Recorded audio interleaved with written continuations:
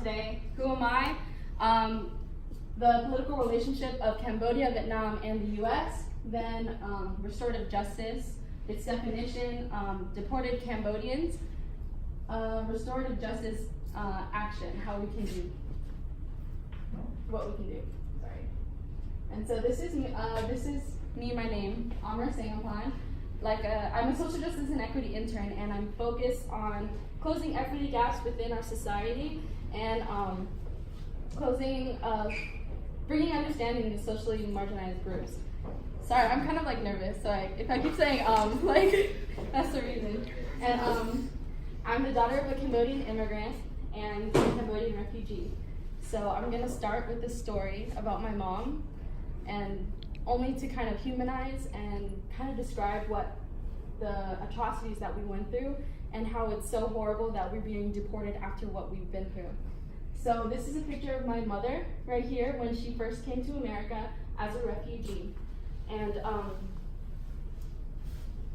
during the Cambodian genocide, she had to work in labor camps when she was 5 years old, from 6 a.m. to 6 p.m.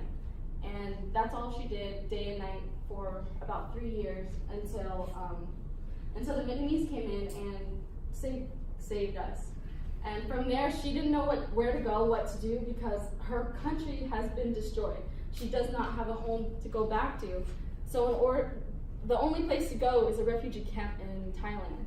And she had to walk 3 days on foot during monsoon season, so it was raining, and she didn't have anywhere to stay, just laying on the floor of the rain. And one story that kind of stuck out to me the most, that was kind of so crazy that she went through this.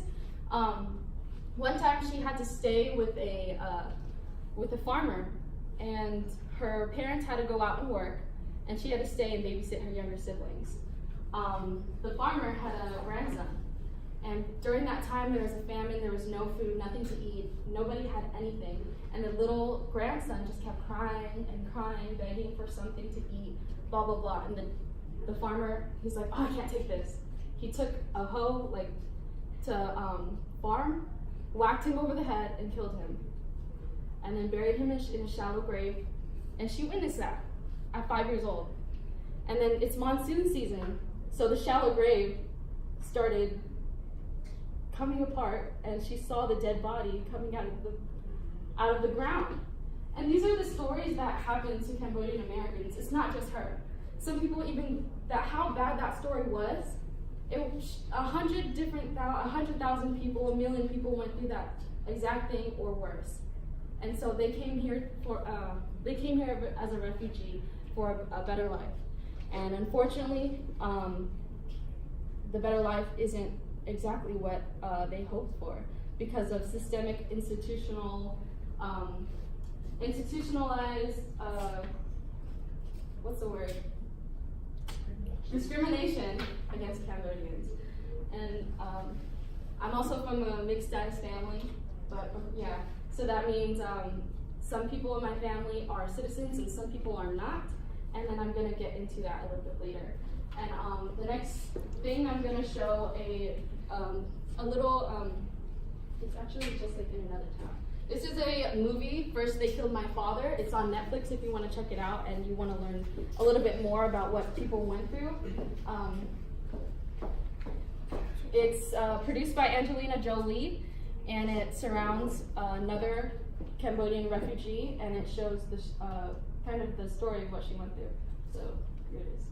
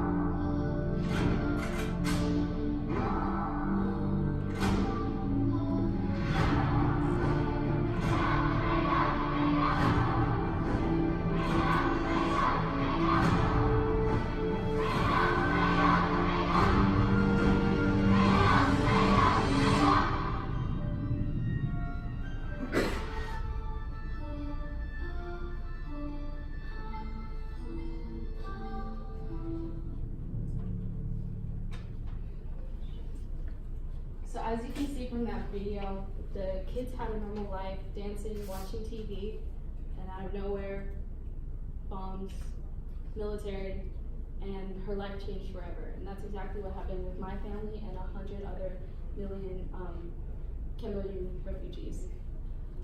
Some people may ask, what does that have to do with America? That was a communist group in Cambodia. What does that have to do with us? Why are we responsible? So here's some history about US involvement in Cambodia. During the Vietnam War and the Johnson administration secretly bombed us. It wasn't that much though, just 24,000 tons. So there's that, but then once the Nixon administration came in, that's when everything went to hell. Basically, under Operation Menu and Operation Free Deal, they had a secret war against Cambodia and dropped 2 million tons of bombs all over the country of Cambodia. They destabilized our infrastructure, they killed millions of people, and nothing happened. And after that incident, a communist group called the Khmer Rouge, they're like, see this is what happens when you support capitalism. This is what American people do. And at that time, the government of Cambodia was supported by the US government. So the communist group needed to get rid of them. And the way to do that was to have a mass genocide of our people. The propaganda they use, they're like, look at America, they bombed us, so you need to follow us and we will help you. We will do what we can to fix our country. But instead, they killed all professionals, all government officials. They killed intellectuals, anybody who is smart enough to rise against and know that what they're doing is wrong. And all the other common people had to move into the countryside and learn how to live a new life that they never lived before. So a lot of people died in the killing fields. There was mines planted all over Cambodia. If you walk over there, boom. And they died by extermination, exhaustion from the labor camps. People died from starvation because a lot of people, they lived in the city and they did not know how to live life in the countryside and live off the ground. So a lot of people died from starvation and also disease. Because of that, the administration at that time, they were like, oh no, another communist group, fight communism. We need to help these Cambodian refugees. Help, in quotations. So nearly 159,000 refugees were admitted to Cambodia, but there were no resources, nothing to help them integrate into American society, nothing to teach them the culture, how to speak the language, get a job, etc. So around 29% of refugees were in poverty, 81% of them had major affective disorders. I mean, they just came out of a war, a genocide, and if there was nothing to help them with their mental illness, how can they get out of that rut? How can they get out of the poverty that they face when they came to the country? Basically, American involvement within Cambodia indirectly enacted the Cambodian Civil War and the genocide. With this information, we now know why the current administration's mass deportations of Cambodians right now is severely unjust and misinformed. That brings me to restorative justice. What is that and why do we need it? So restorative justice is a system of immigration justice which focuses on the rehabilitation through the reconciliation of victims and the community at large. And because of America's involvement in Cambodia and the special circumstances that we face as refugees, we have to adopt a system that rehabilitates these people, and that's the only way we can come out of the injustices that we face. And let me add something about restorative justice. It's not just immigration that's an issue. Restorative justice is a practice that is about how do we deal with individuals in society when they break the rules, right? So restorative justice is an opposite approach from punitive justice. So if I steal something, the punitive model is to have me go to jail, have me go to prison, and lock me up for years. right? But then, is that a rehabilitative model? What do I learn in prison? How do I cope with the trauma of being in prison? How do I leave prison and come back and re-enter society? There's a lot of negative outcomes with that. Restorative justice said, okay, you stole something. All right, it's an approach where it looks at the individual and says, okay, why? And what are ways outside of the punitive measures to restore the relationship with the victim? If I stole from you, do I need to pay back that money? Do I need to do community service? What are some more healing ways and ways that we can have that individual learn from their mistakes? So restorative justice moves away from a punitive model and restores the relationship between the perpetrator and the victim. And so in immigration, Amara's point is, we bombed the hell out of Cambodia. We created these refugees. We forced these individuals out of their countries. And then we bring them to the United States and we say, come here, we welcome you, but we don't really give you nothing. You're gonna have to figure that out yourself. You're gonna live in poverty, you don't know the language, well, that's your fault, you gotta learn English. And so these communities are facing discrimination. During this time after the war, Vietnamese, Southeast Asians, Cambodians, they came to the US and a lot of Americans were like, we don't want you here. You can go back to your country. You're Viet Cong, you're communist, you're this, you're gooks. So they face discrimination, poverty, lack of language skills, lack of job opportunities. So we put refugees in a very harsh condition, which then we know through criminology is that a means to survive is often through criminal behavior. And so what we do now is that we are locking them up and deporting them. Thank you. So that just brings us into important immigration documents and why these people are deported. So the majority of Cambodian immigrants are deported because of criminal, what's the word? Crimes. Committing crimes.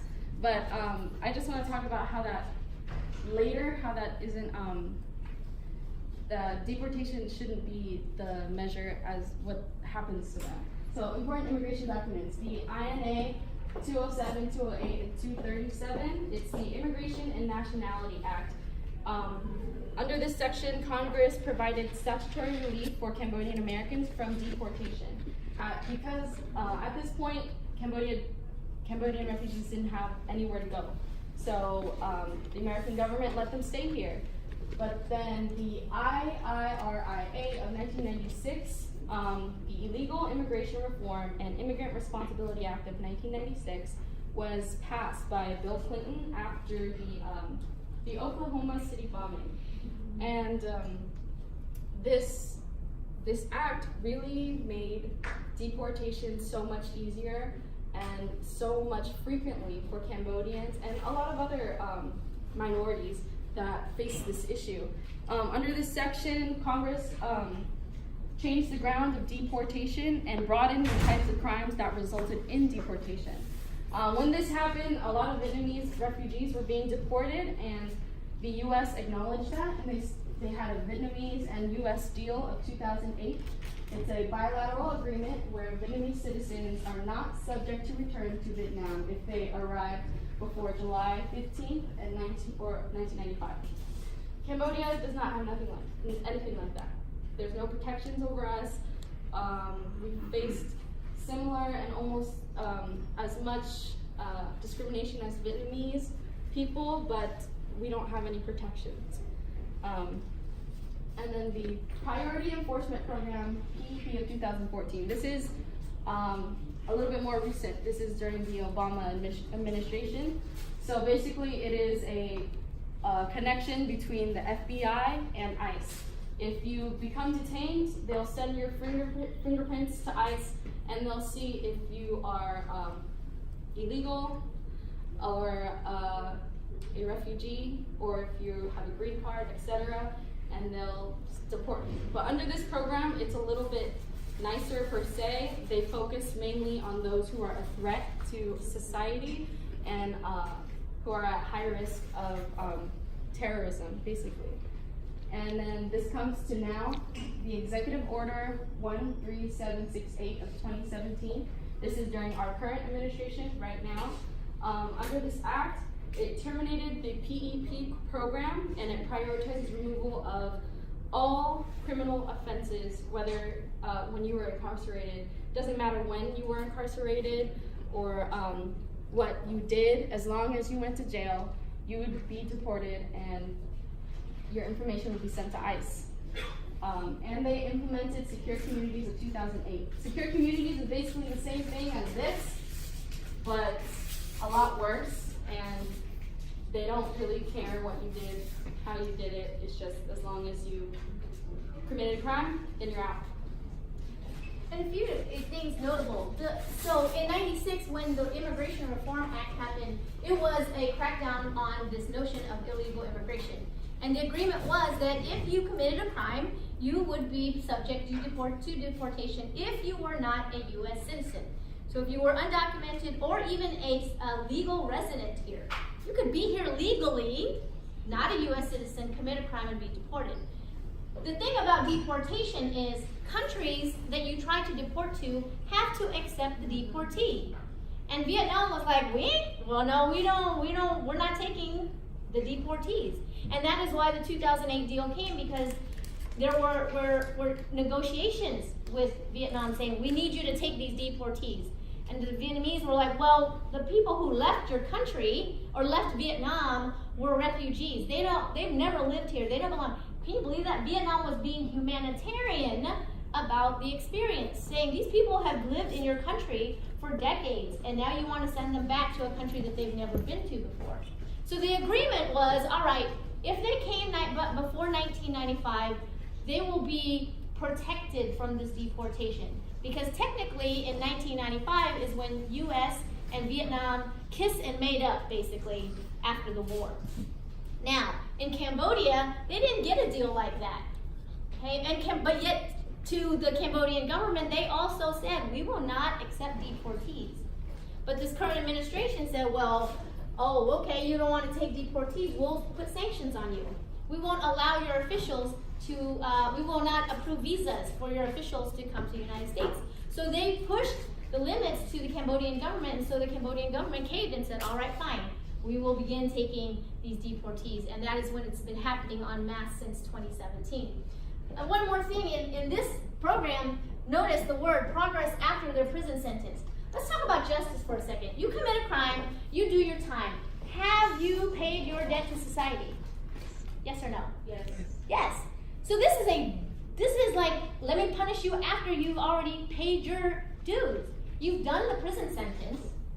Okay, now you come out of prison, we're sending you to ICE, and now you're going to be deported. The other thing that Amara noted is some of these people committed crimes 20 years ago.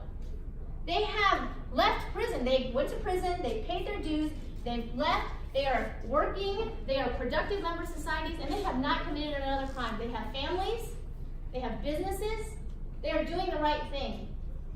And yet, this new administration says, we are going after you. People are being deported after they've lived here for 30, 40 years.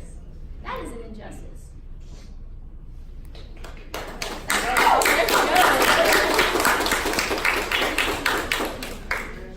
I don't have a present like her present, stage present. You will. But here's like some statistics of Cambodian refugees. There's 2016, 79 were deported, and like she said, Cambodian people were like, hey, I don't want any more refugees.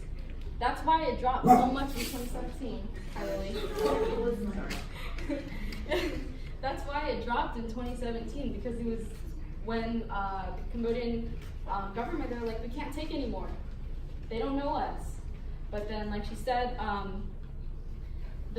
administration said, we're going to take away your visas unless you take more. So then in 2018, deportation skyrocketed 279%.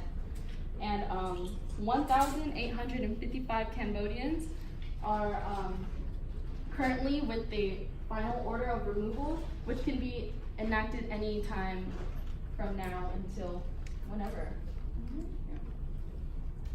And like she said, the majority of deported Cambodians are legal citizens here. They're here legally with green cards.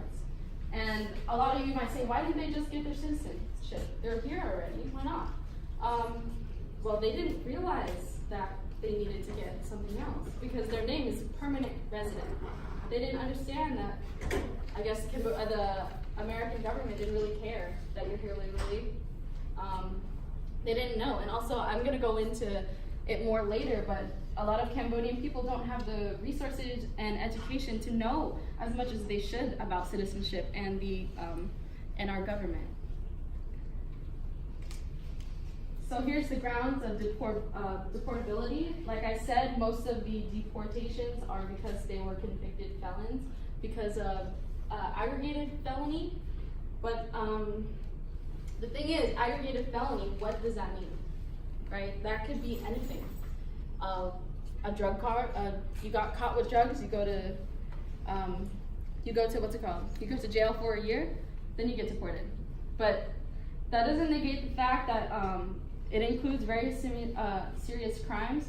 But some people were deported because of they were driving without a license, or they forgot to say that they don't receive health care and they went to the doctor and they got deported. So these are the things that are listed under aggravated felony, and that's something we have to reform. And then there's also drug crimes and drug abuse. If you're a legal resident here, you can't do any drugs and you can't go to rehab, because once you go into rehab, they're gonna know that you took some drugs and you're not a good citizen here. You're not fit to be in America, and you have to be deported. And we still have a war on drugs framework in this country. We ramped up laws and we made very harsh punishments for even possession of drugs like marijuana, which we're changing today. But think about the time frame when these refugees were coming, coping, trauma, psychosis. Drugs is an outlet.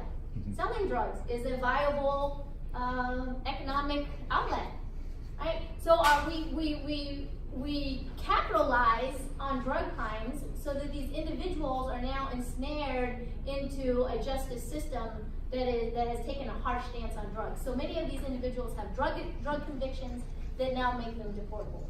Firearms, it makes it a felony. It says even if the crime you were committing, say you're driving without a driver's license, you get pulled over. The crime is that now you have this traffic violation. But in the process of that, if they discover a firearm in your vehicle, now they can tack on a felony charge, because now it's a violent crime because of the existence of a gun in that situation. So there are many ways that law enforcement has created a more severity of these individual situations by now calling them convicted felons, dangerous criminals, and violent offenders. Exactly. And so some people might say, like, why, they know they're not citizens, why would they commit a crime? Why would they do that? Why would they risk deportation?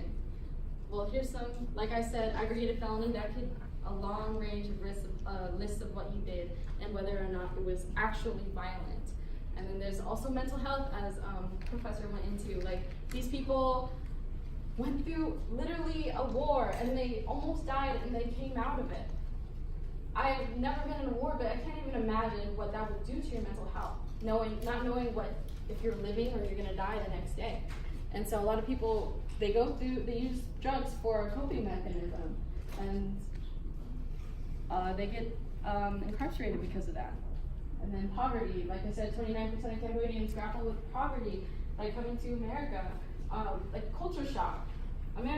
Asian countries and Western countries are two different things, two entirely different entities. And coming here, not knowing anything about this country, and you're just thrown into there and said, go, we saved you by bringing you here. But they didn't really do much. They just took us out of the situation and put us into another situation.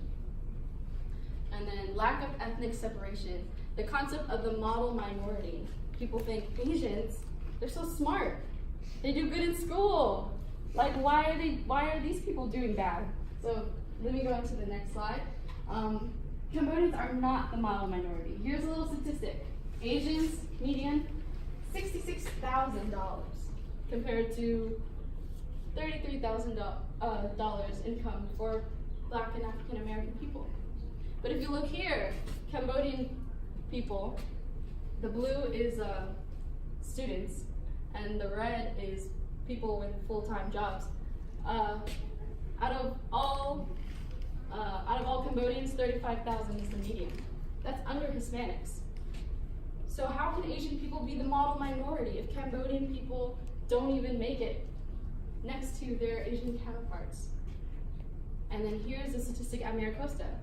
In 2010 and 2013, 50 students came to Amara, and only 11 of them transferred to university. Only 4 of them got an AA, and only 4 of them got a certificate of achievement. Aren't Asians supposed to be having straight A's? Aren't they supposed to be going to Berkeley and Harvard? I don't know. Yeah. And here's some notable deported Cambodians. Sotu, he was convicted of a marijuana-related offense in 2014. He served his year, he did his time, and he should have been done by there. It should have been over. But in 2016, with the new administration, he was deported. And they kind of did a follow-up on him, super depressed. Doesn't know anything about Cambodia. And that's like similar with all these people. Vesna, he was deported at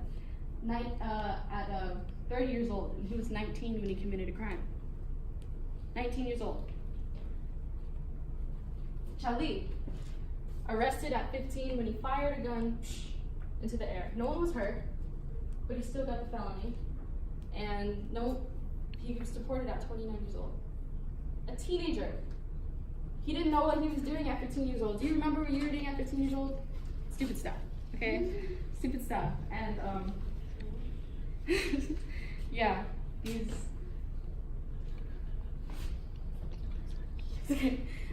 people, like, a lot of times when they get deported to Cambodia, the Cambodian government right now is pretty corrupt. I mean, they don't really have a lot of infrastructure as we do here. They don't really have good government officials as we do here. So when these people get deported, they're like, we don't have any record of you being born here, because they were born during a civil war. They're like, how do we know you're really Cambodian? Why'd you come here? They don't give them an ID. They don't give them an ID. They barely know the culture. They don't speak the language. They can't get a job. They can't live a normal life in the country they're supposedly from. In essence, they're not Cambodians. They were born here, raised here, and lived as Americans, so they should be treated as Americans. And what could we do with restorative justice actions? So drug courts, mental health courts, community service options, diversion programs, therapy, counseling, job training.